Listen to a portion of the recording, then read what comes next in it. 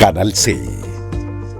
Sus deberes, sus derechos, sus obligaciones y las normas. Tablero Jurídico, la exposición más completa en el marco jurídico. En Tablero Jurídico, temas de actualidad y la noticia jurídica del día. Tablero Jurídico, con la dirección del doctor Luis Ernelio Palacios. Tablero Jurídico. Los invitamos para que sintonicen en el canal C el programa Tablero Jurídico de lunes a viernes de 3 a 4 de la tarde en directo, para que usted conozca cuáles son los derechos en materia laboral y de la seguridad social, el derecho a la familia, el derecho constitucional, el derecho laboral, entre otros, porque usted debe conocer cuáles son esas normas jurídicas que le regulan cada uno de sus actos.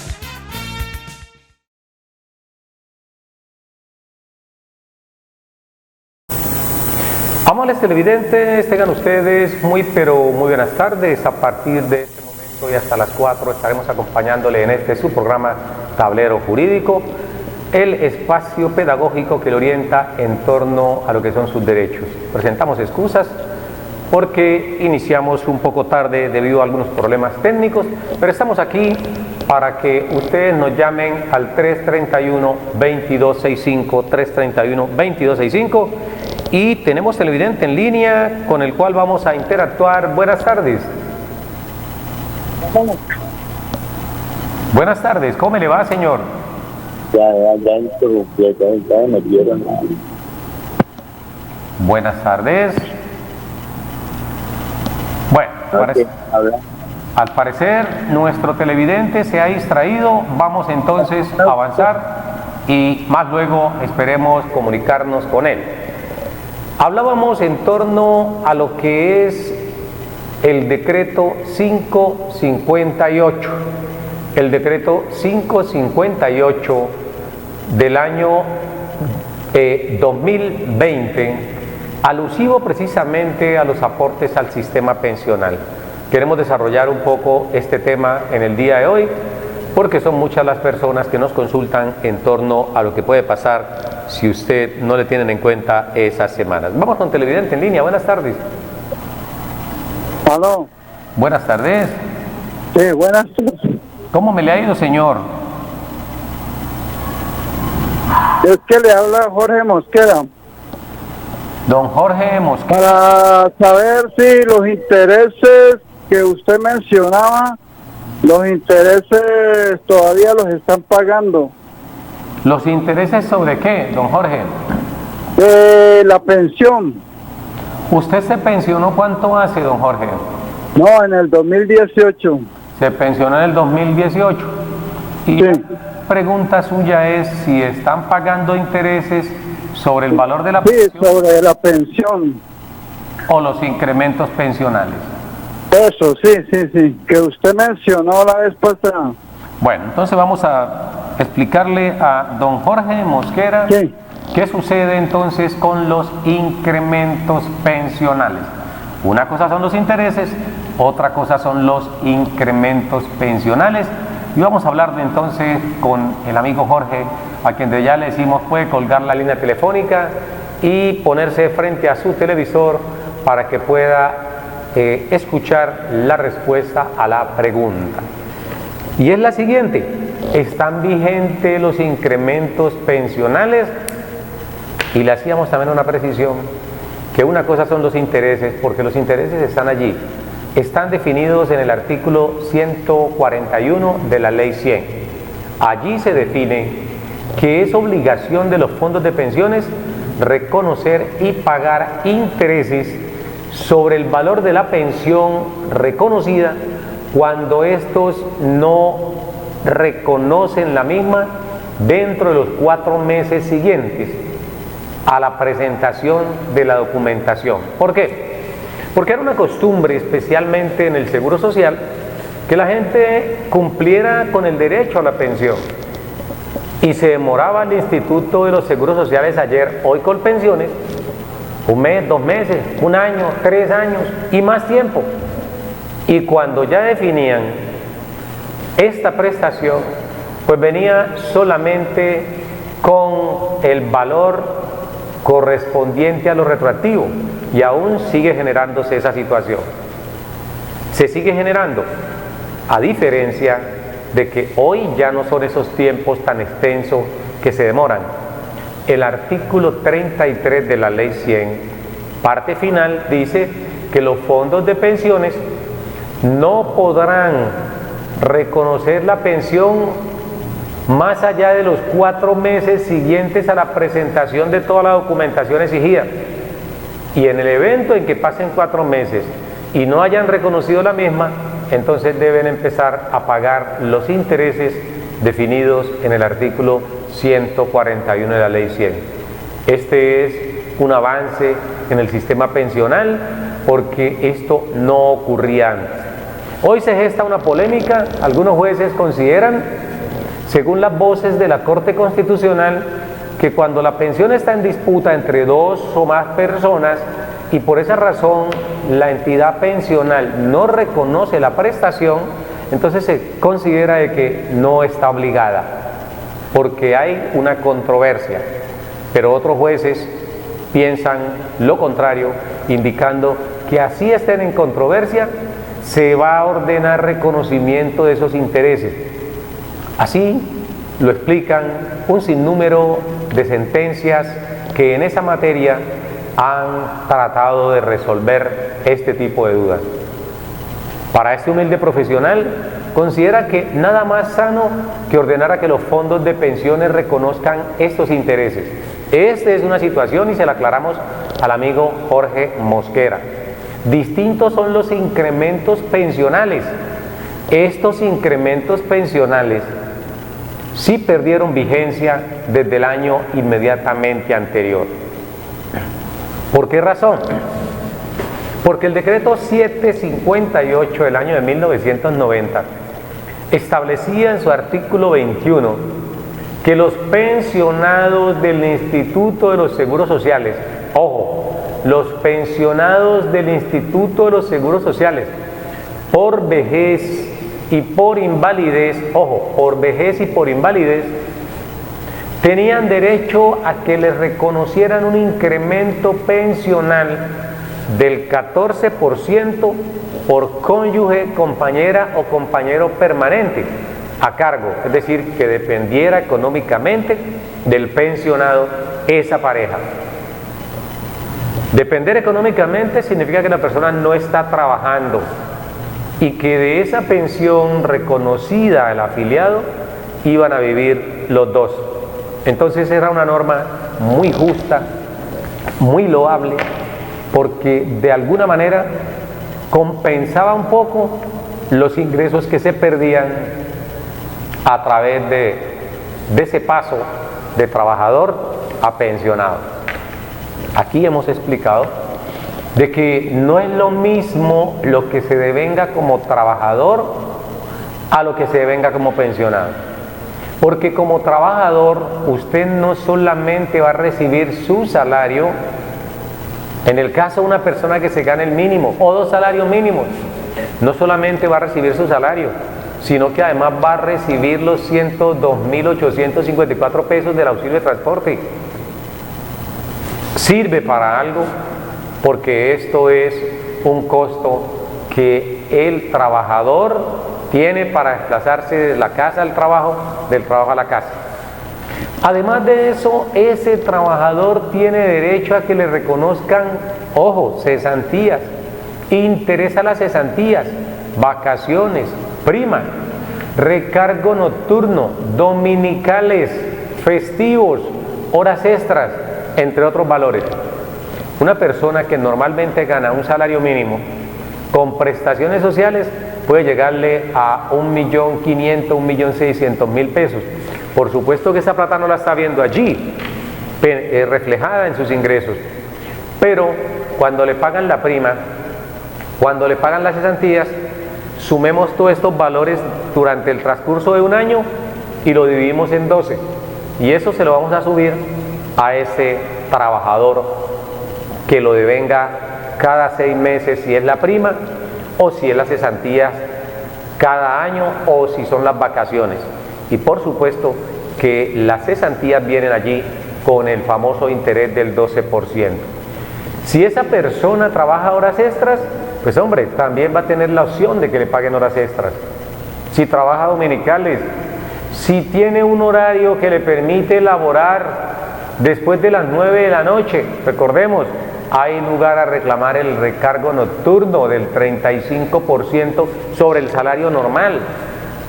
Todos estos valores acrecientan los ingresos, aunque no se vean 100% reflejados en el mes, pero tienen unos aditamentos. Aparte de eso, solamente paga un 4% por concepto de salud y el empleador asume el 8.5% de aportes.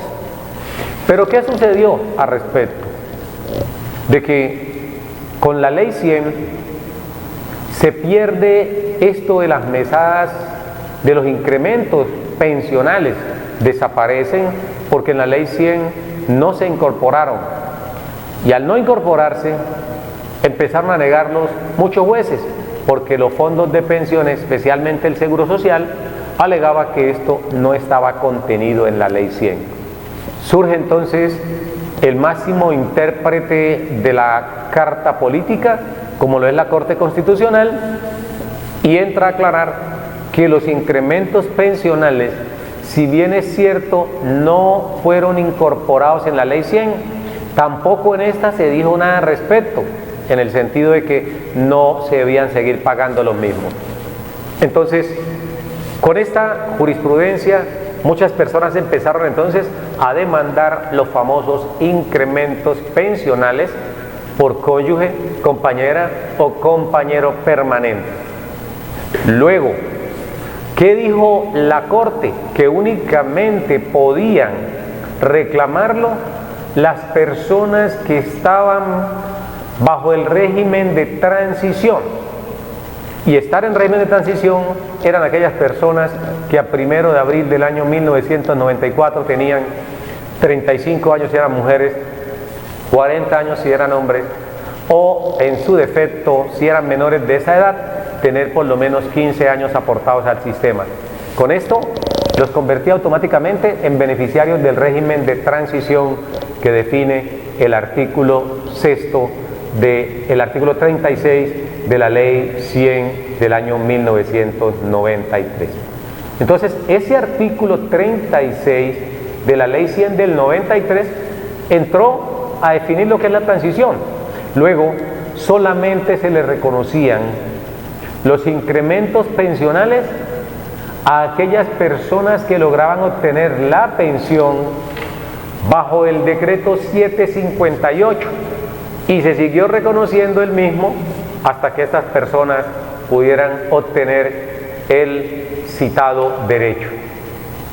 Pero las reformas que se fueron dando al sistema pensional en los últimos 20 años entraron a acabar con estos incrementos y de manera desconsiderada, porque la ley 100 comenzó a reducir los ingresos de las personas, especialmente de aquellos que optaban por una pensión. Empezó a reducirlos porque con el decreto 758 del año de 1990, una persona podía obtener un ingreso base de liquidación, incluso hasta de un 132% con base en el salario mínimo.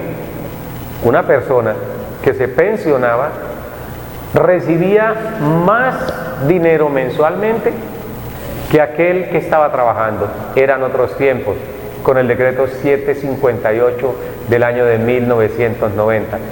Pero con la ley 100, al desaparecer los incrementos, las personas se fueron afectando poco a poco y observaron cómo, al no aplicar lo que establecía el decreto 758, pues veían mermados, porque con ese decreto el aumento o el IBL que se reconocía era de un 90% y necesitaba 1.250 semanas para que le dieran un IBL, ingreso básico de liquidación, del 90%. Posteriormente, si esa persona tenía a cargo una cónyuge, le daban un 14%, más un 90% que ya tenía, ahí ya la persona estaba recibiendo 104%, 1.4% más en torno a lo que era su pensión. Pero a esto había que sumarle otros elementos. Si tenía hijos a cargo, el mismo artículo 21 del decreto 758 establecía que por cada hijo en edad escolar debía reconocérsele un 7% por un máximo de 4 hijos. Si la persona tenía más de 4 hijos, solamente le reconocían por 4 hijos, siempre y cuando estuviesen en edad escolar, dependieran económicamente del pensionado, su papá o su mamá. Hasta allí todo estaba bien. Es decir, que por 4 hijos le daban un 28% más un 104% que llevaba, era un total de 132%.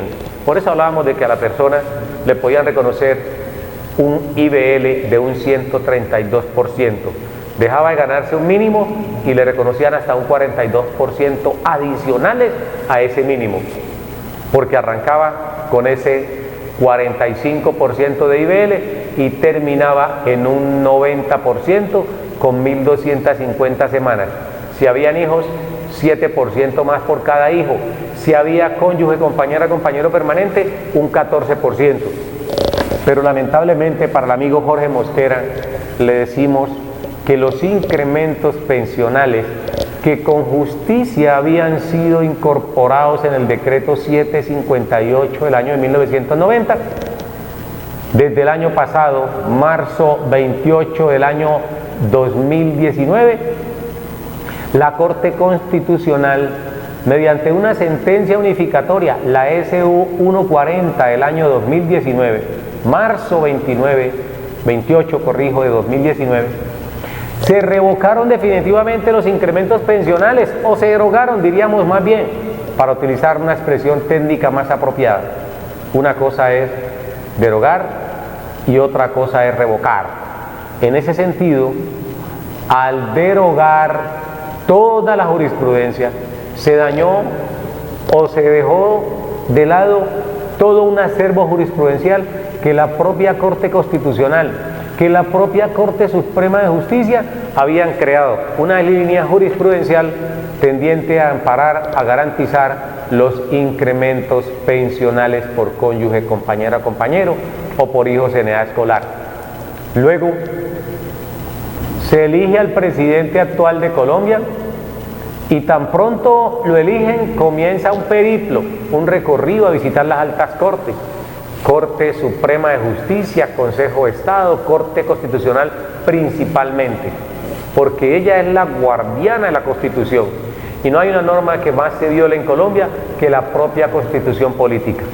Me atrevería a decir, sin ningún tipo de equívocos, que ninguna norma en Colombia se viola tanto como la Constitución, y como la que debe guardar o garantizar, preservar el contenido normativo de la Constitución es la Corte Constitucional, pues simplemente el presidente de turno se reúne con los magistrados y la consecuencia de esa lamentable reunión es que se vienen con una sentencia que termina derogando o revocando las mismas jurisprudencias que ya habían emitido, ordenando reconocer y pagarle a todas las personas que se pensionaban con transición ese incremento pensional. Nunca lo supimos, nunca se hizo un mayor despliegue publicitario por parte de los medios de comunicación, pero lo que les estoy diciendo es cierto, y por eso les digo que aquí manifestamos ese tipo de cosas, porque este no es un programa político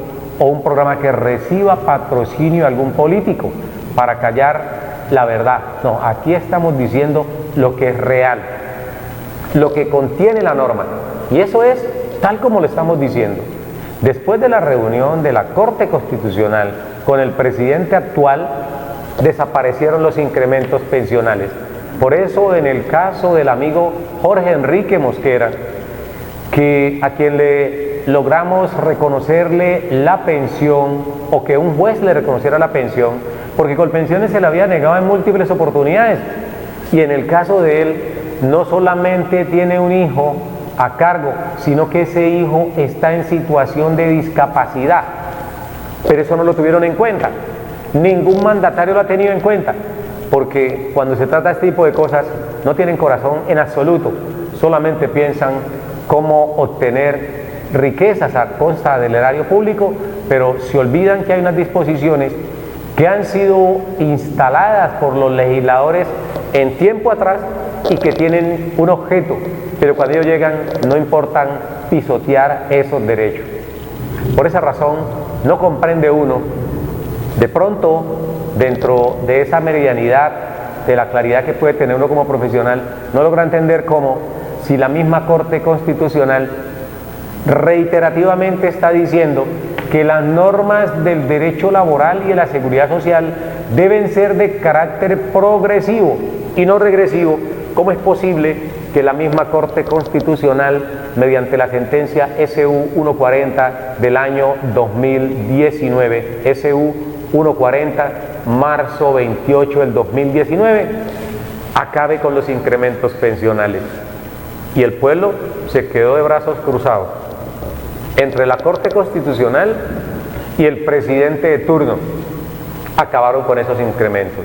Pero estamos seguros que ese pueblo que se afectó considerablemente con esa decisión, mañana vuelve y elige por amplia mayoría a ese mismo presidente.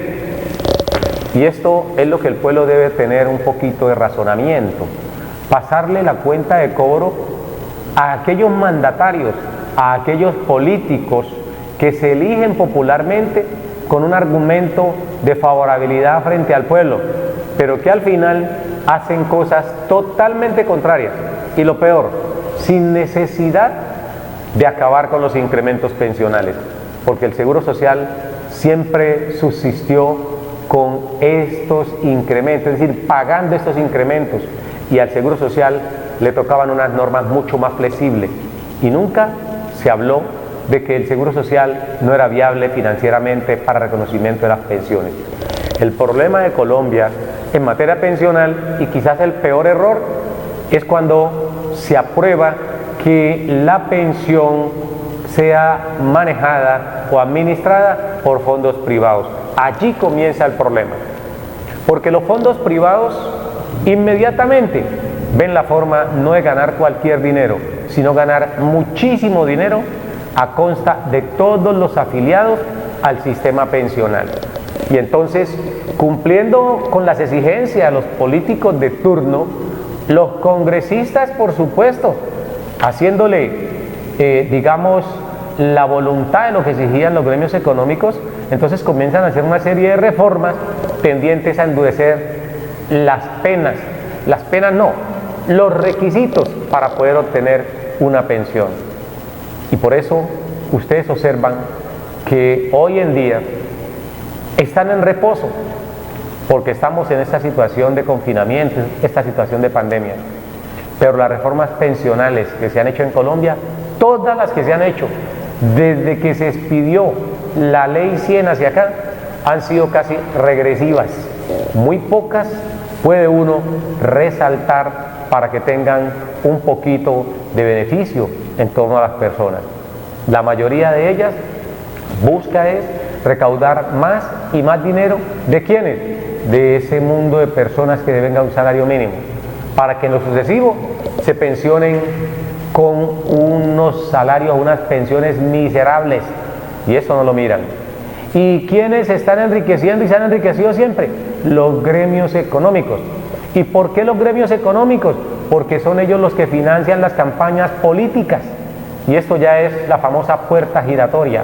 Invierten en un candidato presidencial, invierten en unos determinados congresistas, con el compromiso de que cuando estén en el poder, ellos eso que invirtieron los gremios económicos, se lo reviertan, lo sacan a través de esas normas que afectan al pueblo.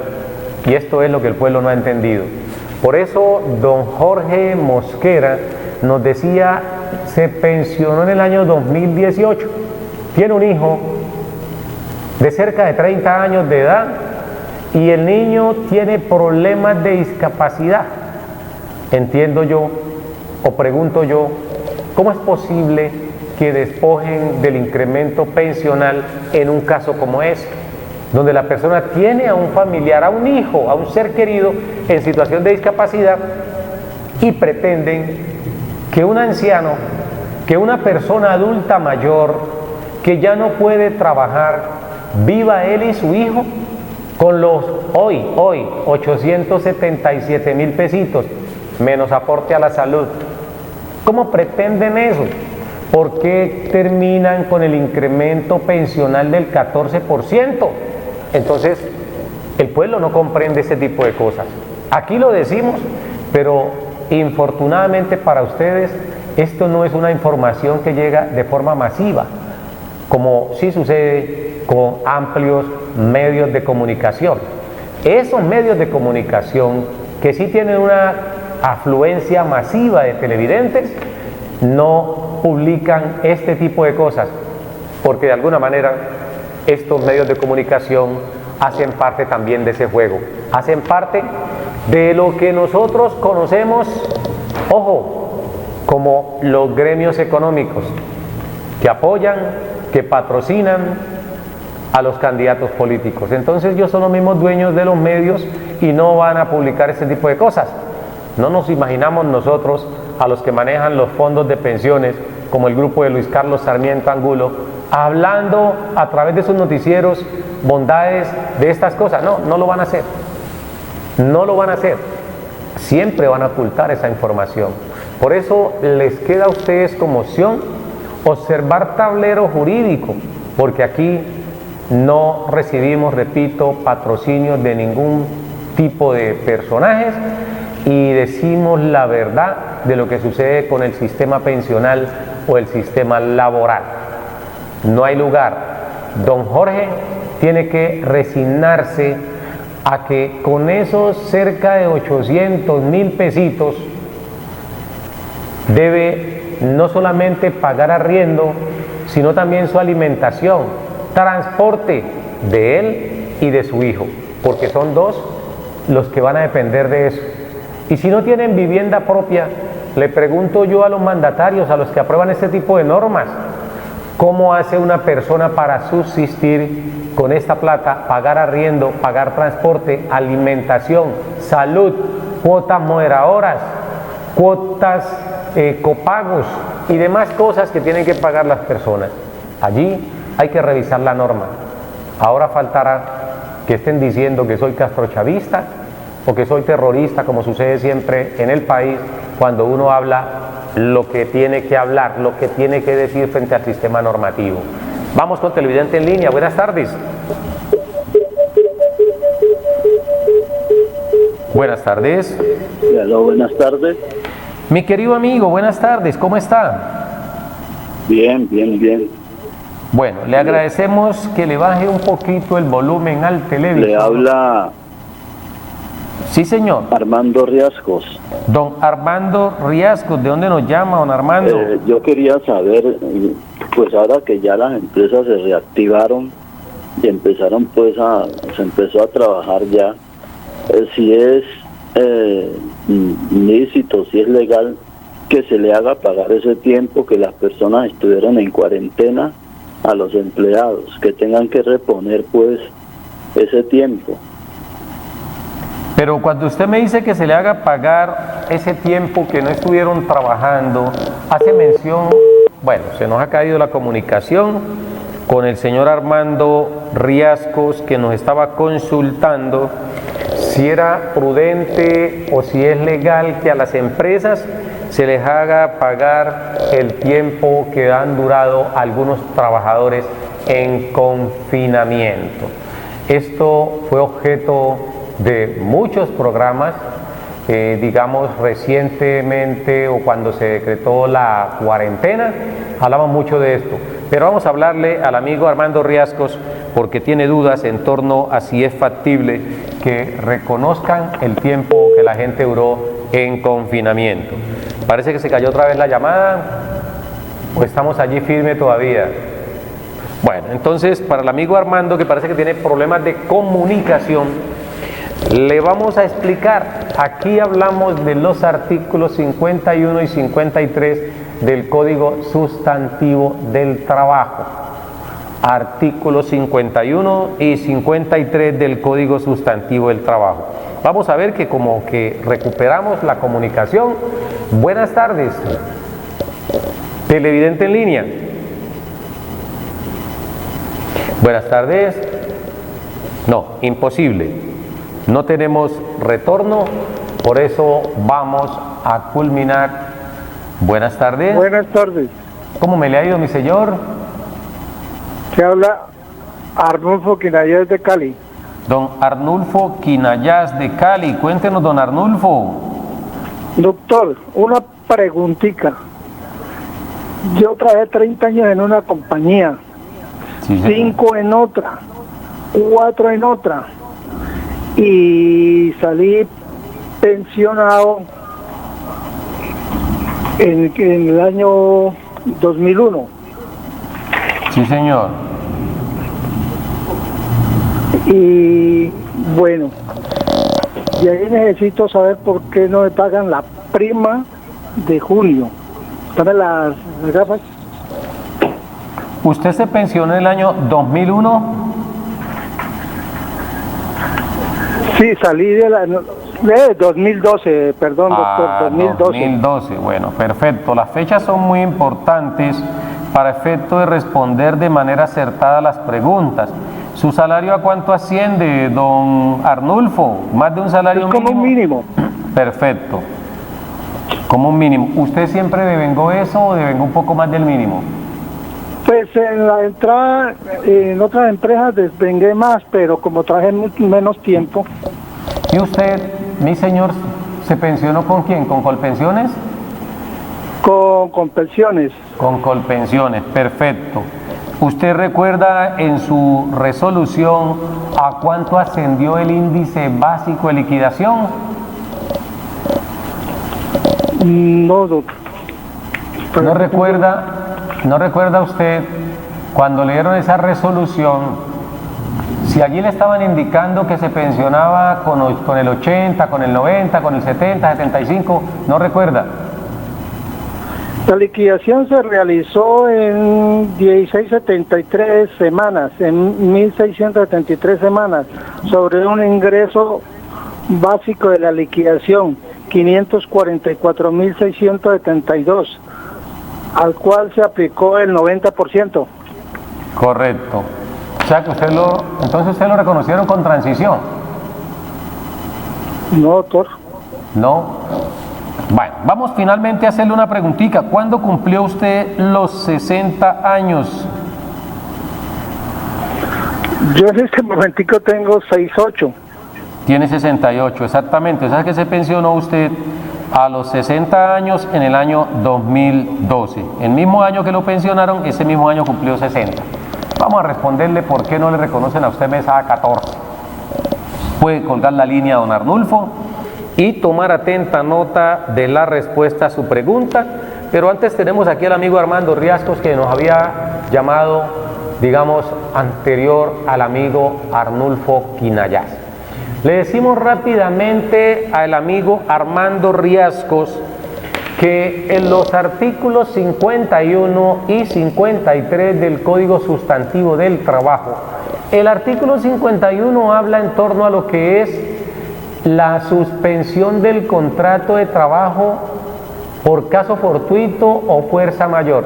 Eso ha sido objeto de mucha polémica en el país, porque sencillamente la jurisprudencia no tiene unos casos reales de caso fortuito o fuerza mayor donde haya tenido que ventilarse a menudo esta situación. Y se da a raíz del confinamiento ordenado por el gobierno a partir de la declaratoria del estado de emergencia económica con el decreto 417, el inicial.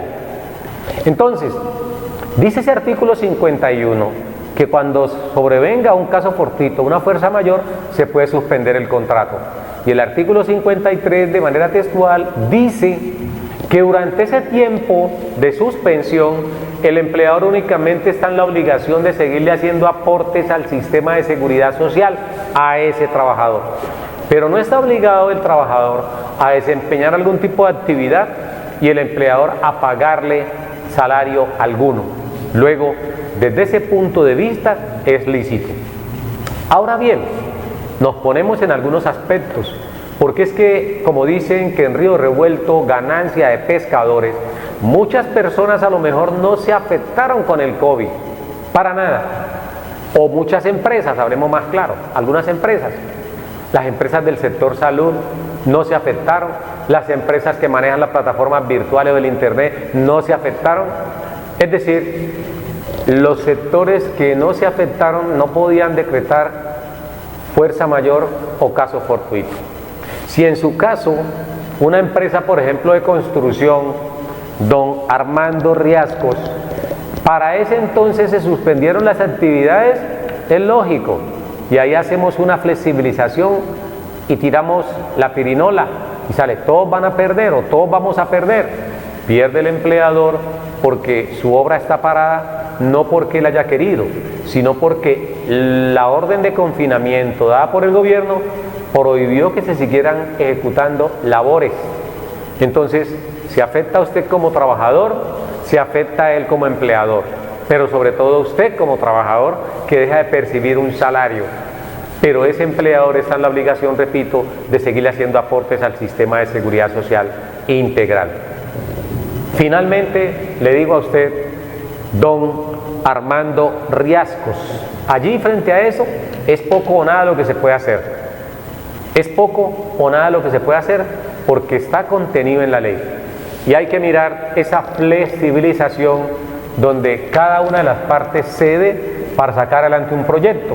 Estuvimos haciendo algunos programas aquí, recién comenzó el confinamiento y esos programas tenían como objeto era precisamente esa parte, flexibilizar los objetivos o las intenciones de las partes y poder sacar a flote la empresa, porque fueron muchas las empresas que literalmente se liquidaron porque no aguantaron este confinamiento que hizo imposible seguir ejecutando sus labores y sobre todo sostener una nómina bajo las mismas condiciones. Vamos con el amigo Arnulfo Quinayás de Cali, que nos está llamando y nos dice que se pensionó en el año 2012 cuando cumplió 60 años de edad. Recuerden que hasta el 2014 las personas, bueno, hasta el 2013 las personas se pensionaban con 60 años de edad. Los 14 años se iniciaron a pedir o a exigir a los hombres después del 1 de enero del año 2014. Y las 1.300 semanas se iniciaron a exigir después del 1 de enero del año 2015. Luego, en el caso de don Arnulfo Quinayás, nos dice, ¿por qué si me pensioné en el año 2012 no tengo derecho a la mesada 14? También ha sido objeto de análisis la mesada 14. Cuando la gente pregunta esto, y que esto no signifique pues poner en riesgo mi vida, lo que voy a decir, pero la mesada 14, don Arnulfo Quinayás, usted debe estar un poco incómodo, como muchos colombianos, pero esto es obra del señor Álvaro Uribe Vélez, porque él, con el acto legislativo, despojó a las personas como usted y muchos otros de la mesada 14. La mesada 14, con juicio, con mucha disciplina, los constituyentes, o digamos más bien los congresistas en el año 1993, cuando aprobaron la ley 100, incorporaron en el artículo 142 de la ley 100 la mesada 14, una especie de compensación a aquellos trabajadores que se pensionaban, perdían poder adquisitivo o poder de ingreso. Entonces se dijo, hay que reconocerle una mesada adicional a la que ya se venía manejando, porque hay dos tipos de mesada. La 13 contenía en el artículo 50 de la ley 100, mesada 13, artículo 50, ley 100. Mesada 14 es nueva, nace con la ley 100. ¿Para qué? Para tratar de ser un poco más justos con esos pensionados. Pero entonces, el señor Álvaro Uribe Vélez, siendo presidente de Colombia, tan pronto llegó, quiso desmontar lo que le había costado muchos años de lucha al pueblo, inclusive costó muchas vidas, porque la Constitución Política de Colombia es el reflejo, es el resultado de la pérdida de muchas vidas que, buscando cómo mejorar la situación social en Colombia, construyeron esta carta magna llamada Constitución Política, y dentro de esos aspectos se estableció la dignidad, y la dignidad tiene que ver también con el ingreso en condiciones justas los que las personas devengan. Pero entonces el Congreso de la República, que para ese entonces, en el 93, fueron en su gran mayoría personas que no tenían tantos vicios políticos, al desarrollar la Ley 100, incorporaron en ella lo que es la mesada 14, prevista, decíamos, en el artículo 142.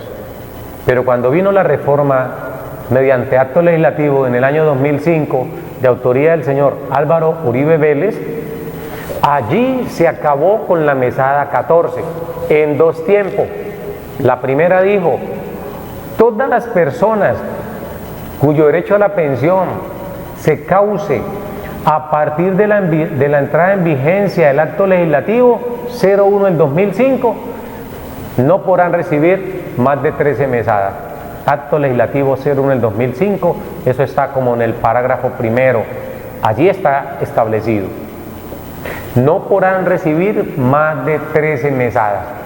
Pero como el señor Álvaro Uribe tenía muchas intenciones reeleccionistas por los siglos de los siglos de los siglos, quedarse muchos años en el gobierno, entonces simplemente sus asesores le dijeron: usted la está embarrando porque usted le está quitando la mesada 14 a todo el mundo, y si usted piensa hacerse reelegir en un año, porque el acto legislativo era en el 2005, en el 2006 habían reelecciones, y entonces sus asesores le dijeron: hay que corregir.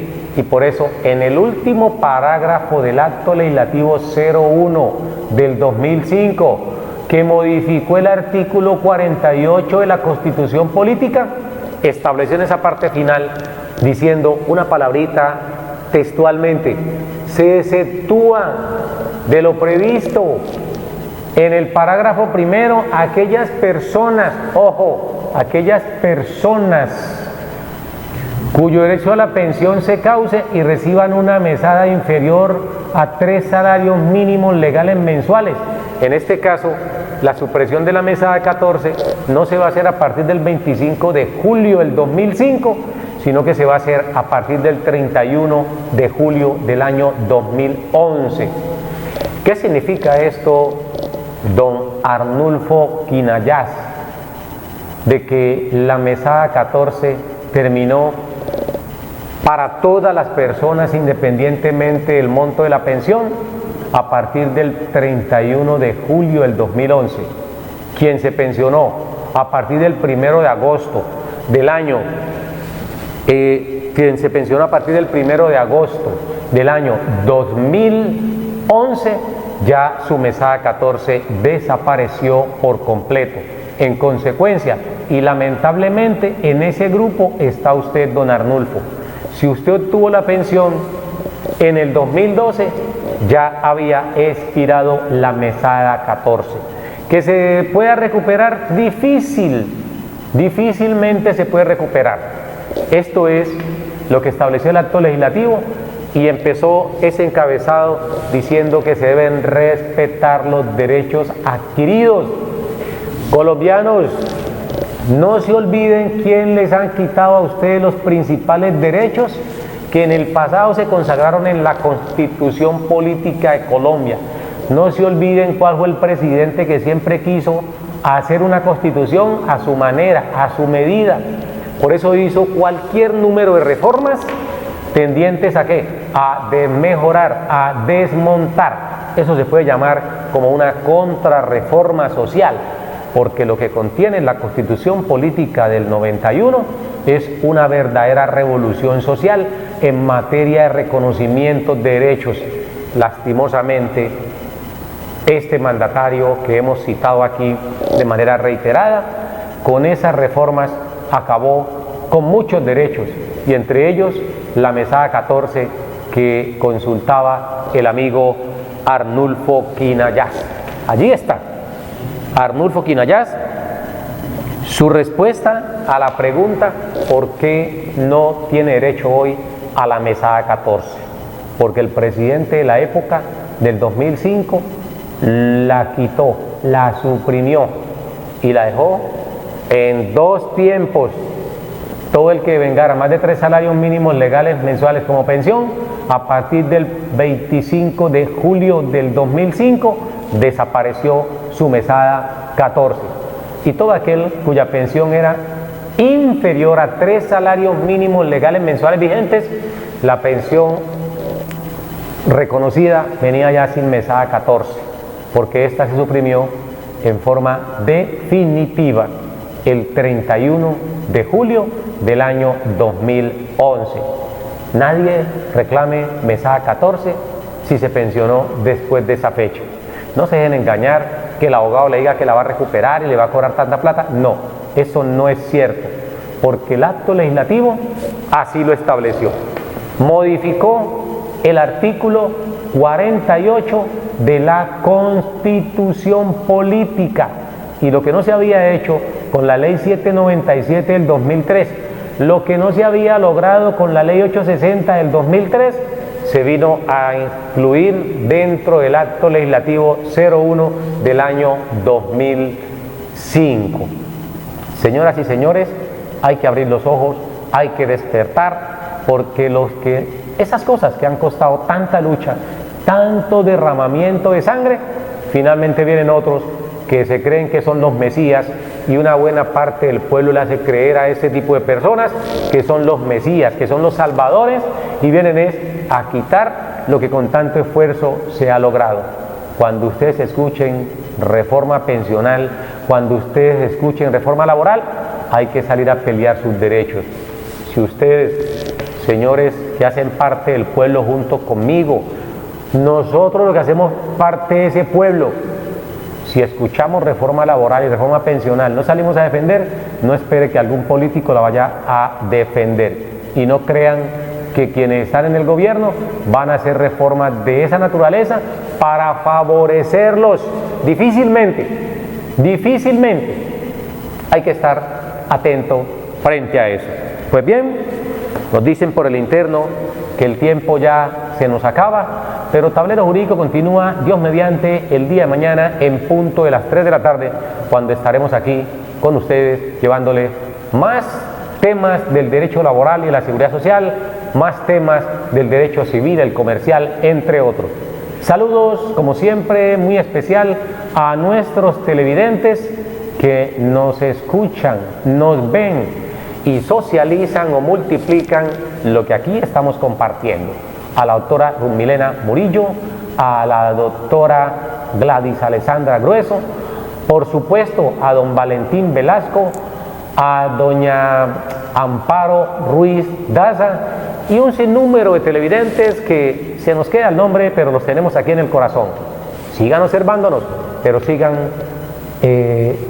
socializando el conocimiento para que la gente no se quede sin ese derecho que la ley le consagra. Feliz tarde a todos, un fuerte abrazo y un Dios les bendiga. Nos vemos mañana. Sus deberes, sus derechos, sus obligaciones y las normas. Tablero Jurídico, la exposición más completa en el marco jurídico. En Tablero Jurídico, temas de actualidad y la noticia jurídica del día. Tablero Jurídico, con la dirección del doctor Luis Ernelio Palacios. Tablero Jurídico.